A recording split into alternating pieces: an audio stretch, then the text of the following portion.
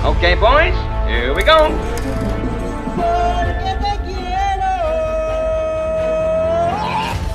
Halo Celengers, kembali lagi bersama Mimin di Celengan Film. Tak lupa Mimin selalu doain kalian semua dalam keadaan sehat dan bahagia ya. Oke, di video kali ini Mimin akan menceritakan alur film yang berjudul The Roundup yang dirilis pada tahun 2022. Film ini menceritakan kepolisian Korea yang dipimpin Detektif Ma melakukan pengejaran untuk menangkap buronan internasional bernama Kang Hae-sang. Dikisahkan ada lebih dari 300 penjahat yang melarikan diri ke Asia Tenggara tiap tahunnya. Salah satu negara yang menjadi persembunyian penjahat yaitu Vietnam.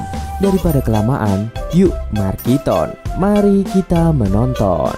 Di awal film, kita melihat seorang pria kaya berpakaian rapi bernama Choi Yong-gi. Ia akan membeli tanah untuk pembangunan resort. Akan tetapi, nasibnya sungguh sial. Ia malah bertemu kawanan penjahat yang dipimpin pria kejam bernama Kang Hae-sang. Dengan berpura-pura ramah, Kang memanggil Yong-gi ke dalam mobil yang ternyata itu menjadi hari terakhir Yong-gi hidup. 너 돈 많다며.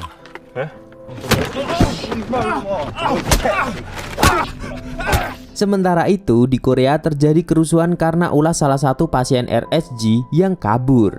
Dengan sigap, seorang petugas kepolisian bernama Ma Seok-du atau kita panggil saja Detektif Ma segera membereskan kekacauan itu dengan aksi berantemnya yang menakjubkan.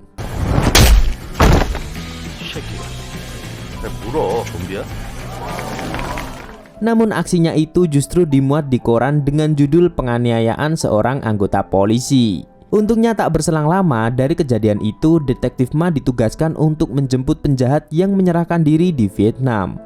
이 새끼들이 진짜 무슨 놀러 가냐 이 새끼들아? 흉악범 인계 받으러 가는 거 아니야? 얼마나 중요한 일인데. Ia pun terbang ke negara itu bersama kapten. Setelah bermasalah di bandara karena nggak bisa bahasa Inggris, dua polisi ini akhirnya lolos dan bertemu Jun Hong, si buronan yang menyerahkan diri. Meski alibinya mengaku merasa bersalah, dua polisi senior ini tentu tidak percaya dengan alasan polos semacam itu. 진실의 방으로. 여기를? Detektif Ma tidak segan-segan menginterogasi motif di balik penyerahan diri ini. Sedangkan kapten hanya mengawasi situasi. Lagi-lagi dengan kekerasan, Jung Hon buka suara jika ia diancam dibunuh oleh GD, yang mana adalah rekan kriminalnya. Walaupun rasanya aneh bermasalah dengan rekan sendiri, Detektif Ma dan kapten mulai melakukan penyelidikan dengan mengunjungi GD. Tak disangka GD sudah mati tergeletak karena pembunuhan. Hal ini membuat Detektif Ma kembali memaksa Jung Hon untuk menceritakan yang sebenarnya. Meski dicegah konsulat, Detektif Ma tetap menekan Jung Hon sampai akhirnya ia bercerita bahwa ia dan GD bermaksud mengambil uang bisnis perumahan dari Yong-gi yang seharusnya uangnya dibagi rata dengan komplotan Kang.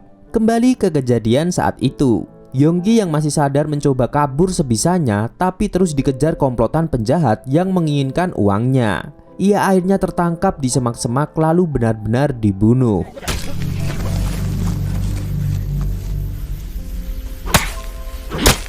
Tidak hanya Yong-gi, rekan Kang juga membunuh Ki Bae, teman GD dan Jung Hon. Mereka berdualah yang kemudian harus menguburkan dua mayat tersebut. Dari kematian Yong-gi, Kang memeras ayahnya yang bernama Choi Chun Bae untuk meminta tebusan dengan foto paspor Yong-gi. Dan selepas hari itu, Jung Hon dan GD kabur. Namun ia merasa takut diikuti sehingga ia merasa takut lalu menyerahkan diri ke kepolisian Korea. Tanpa sepengetahuannya, GD lebih dulu terbunuh. 시신부터 찾자.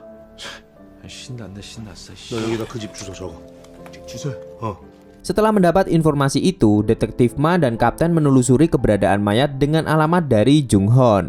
Ia juga menyuruh anggota kepolisian di Korea untuk mencari info tentang Kang dan Yong-gi. Namun pencarian dua polisi Korea ini masuk dalam tindakan ilegal karena mereka terhalang aturan dari kepolisian Vietnam. Makanya mereka seharusnya lebih kalem dalam bertindak. Hanya saja Detektif Ma mempunyai semangat meletup-letup sampai membuat konsulat merasa cemas melihat tingkahnya yang lebih mirip gangster.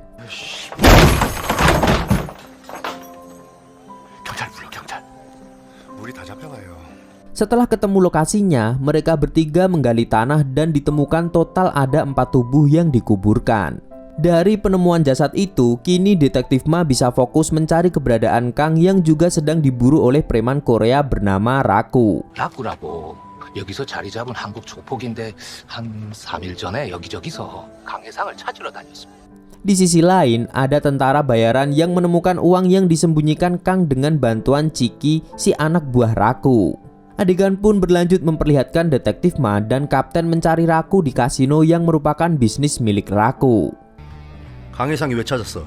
저희 돈 받고 위치만 알려준 거라 자세한 건 몰라요. Setelah mengajar Raku, Detektif Ma mendapatkan pencerahan jika sebenarnya Raku hanya diminta tentara bayaran untuk menemukan Kang. Sedangkan tentara itu kemungkinan dibayar oleh ayah Yonggi untuk membunuh Kang. Beralih ke Kang, ia dan rekan setianya memasuki rumah yang sudah dipenuhi tentara bayaran. Tapi mudah saja bagi Kang untuk menghabisi orang-orang itu dengan menikamnya satu persatu sampai pimpinannya mengatakan nama ayah Yonggi yang memerintahkan mereka. 죄춘다. 용기 아버지. Adegan laga penuh keseruan ini belum berakhir saat semua pasukan sudah tumbang. Babak 2 segera menyusul setelah kedatangan Detektif Ma dan Kapten. Dua personil polisi ini dikejutkan potret orang-orang yang sudah dibunuh secara mengenaskan. Lalu disusul serangan mendadak dari Kang. Untungnya saja Detektif Ma bersikap sigap sehingga bisa menghindar dari serangan. Namun karena dihalau satu rekan Kang yang setia, ia akhirnya kehilangan jejak Kang yang berhasil lolos. Hasil dari serangan Kang membuat lengan Kapten patah dan terpaksa masuk rumah sakit. Belum lagi apesnya mereka dideportasi ke Korea karena dinilai terus membuat masalah di negara orang. Awalnya mereka bersikeras ingin mengusut ini sampai tuntas karena naluri polisi ingin menindak kejahatan. Tapi saat mengetahui Kang sedang menuju Korea untuk menemui Choi Chun Bae, mereka seketika meminta diantar ke bandara. Let's go to the airport now. 강혜상 한국 가서 최춘백 만나러. 가. Sepulang dari Vietnam, Kapten harus menemui kepala polisi yang kini sudah marah-marah. Sedangkan Detektif Ma dan Dong Yun mendatangi Jang Isu yang terkenal mempunyai segudang informasi.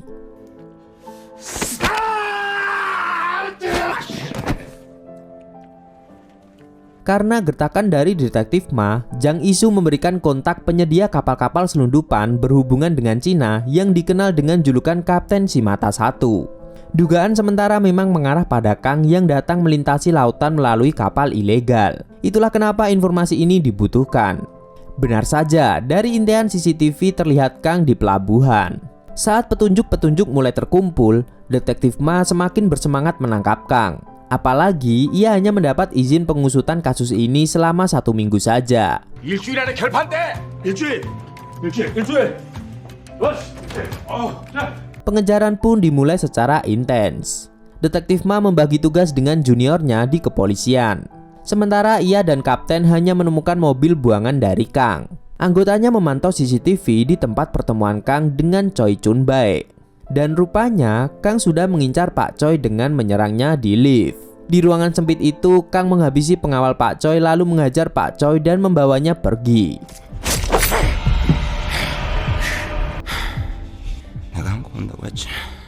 Sementara itu di parkiran, dua anak buah Kang menyerang orang-orang suruhan Pak Choi yang berjaga. 오랜만이야. 돈 더 줘야 돼. Kiranya meski sudah memantau CCTV, pihak kepolisian masih kecolongan dan kehilangan jejak Kang. Untungnya saja Hong Seok berhasil mendapat nomor plat mobilnya. Kang yang sangat berorientasi pada uang ternyata menculik Pak Choi untuk meminta uang tebusan pada istrinya. Kini terlihat istri Pak Choi sedang di kepolisian untuk mengikuti arahan mereka hingga bisa menangkap Kang yang licik dan licin. Saat Kang menelpon, istri Pak Choi secara tegas mengajak Kang untuk bertemu langsung saat menyerahkan uang tebusan dengan membawa satu sopir. 나 운전을 못해. 운전수 한 사람은 있어야 돼. 관도? 운전수 딱 한 명만. 오케이. Meski terlihat berani, tapi istri Pak Choi diliputi ketakutan.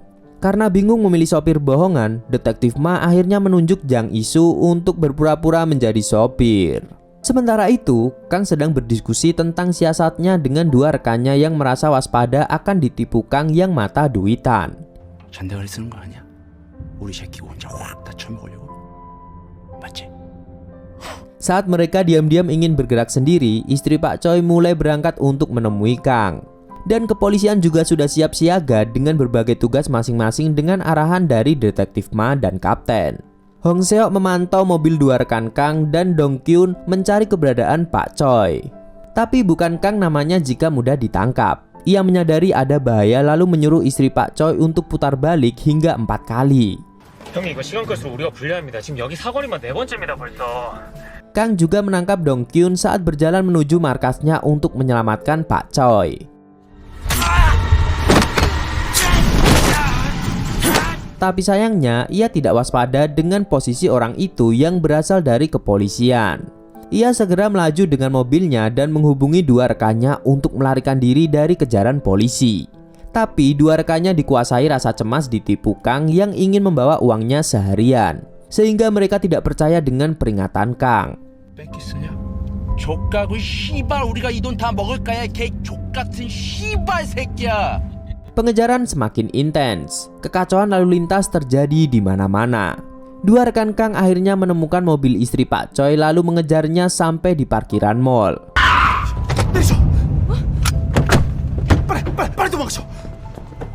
Di sana, Jang Isu melawan dua penjahat itu dengan mobilnya sembari menunggu bantuan dari pihak kepolisian. Setelah berhasil menumbangkan satu orang, Jang Isu justru kabur membawa uangnya dan meninggalkan istri Pak Choi yang saat ini di dalam mobil. Satu rekan Kang yang berhasil lolos terus mengejar istri Pak Choi hingga membuat seisi mall ketakutan. Untungnya saja, Detektif Ma datang di saat yang tepat, lalu menghajar mundur penjahat itu. Dan terjadilah perkelahian di eskalator yang menjadi tontonan mendadak untuk pengunjung mall hari itu. 나 이거 가져가.